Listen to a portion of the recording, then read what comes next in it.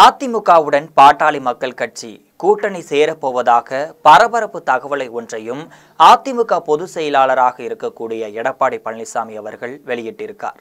மக்களை காப்போம், தமிழகத்தை மீட்போம் என்ற குரலோடு தமிழ்நாடு முழுவதுமே 100 தொகுதிகளுக்கு மேல் சுற்றுப்பயணம் செய்த அதிமுக பொதுச் செயலாளர் எடப்பாடி பழனிசாமி நேற்று சென்னையில் மாவட்ட செயலாளர்கள் கூட்டத்தையும் நடத்தியிருக்காரு. இந்த கூட்டத்தில் அனைத்து மாவட்ட செயலாளர்கள் மற்றும் நிர்வாகிகள், முன்னாள் அமைச்சர்கள் மற்றும் பலர் கலந்துகிட்டதாகவும் சொல்லப்படுது. ஏற்கனவே அதிமுகவுடன் ஒரு பெரிய கட்சி கூட்டணியில் சேரும் என்று எடப்பாடி பழனிசாமியும் பேசிட்டு வந்தார். இந்த நிலையில தான் நேற்று நடைபெற்ற மாவட்ட செயலாளர்கள் கூட்டத்தில் எடப்பாடி பழனிசாமி பரபரப்பான ஒரு தகவலையும் வெளியிட்டிருக்காரு. முதற்கட்டமாக அவர் தனது மாவட்ட செயலாளர்கள் அனைவரையுமே அந்த பகுதியில் மாற்று கட்சியினரை அதிமுகவில் இணைக்கும் பணியை செய்ய வேண்டும்னு கேட்டுக்கொண்டிருக்காரு. இதனைத் தொடர்ந்து தான் அதிமுகவுடன் பாட்டாளி மக்கள் கட்சியினர் வருகின்ற தேர்தலில் கூட்டணி வைக்கிறது என்ற அறிவிப்பையும் வெளியிட்டிருக்காங்க. அப்பொழுதுதான் மாவட்ட செயலாளர்கள் அனைவருமே கைத்தட்டியும் மகிழ்ச்சியை தெரிவிச்சிருக்காங்க.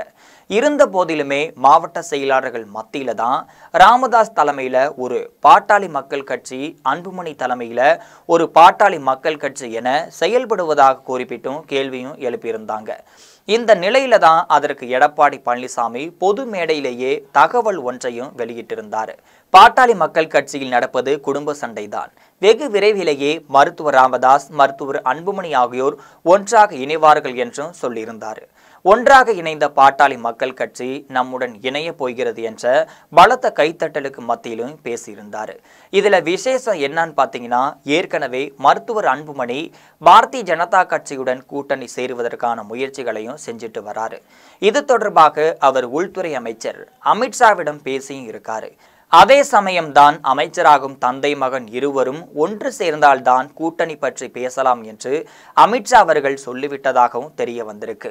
இதற்கிடையே மருத்துவர் ராமதாஸ் திமுகவுடன் கூட்டணி வைத்துக் கொள்வதாக பேசி வந்திருக்காரு.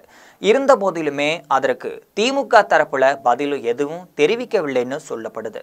இந்த சூழ்நிலையில தான் அதிமுக பொதுச் செயலாளராக இருக்கக்கூடிய எடப்பாடி பழனிசாமி தெரிவித்திருக்கும் தகவல் தற்பொழுது தமிழக அரசியலில் புதிய பரபரப்பையும் கிளப்பி இருக்கு.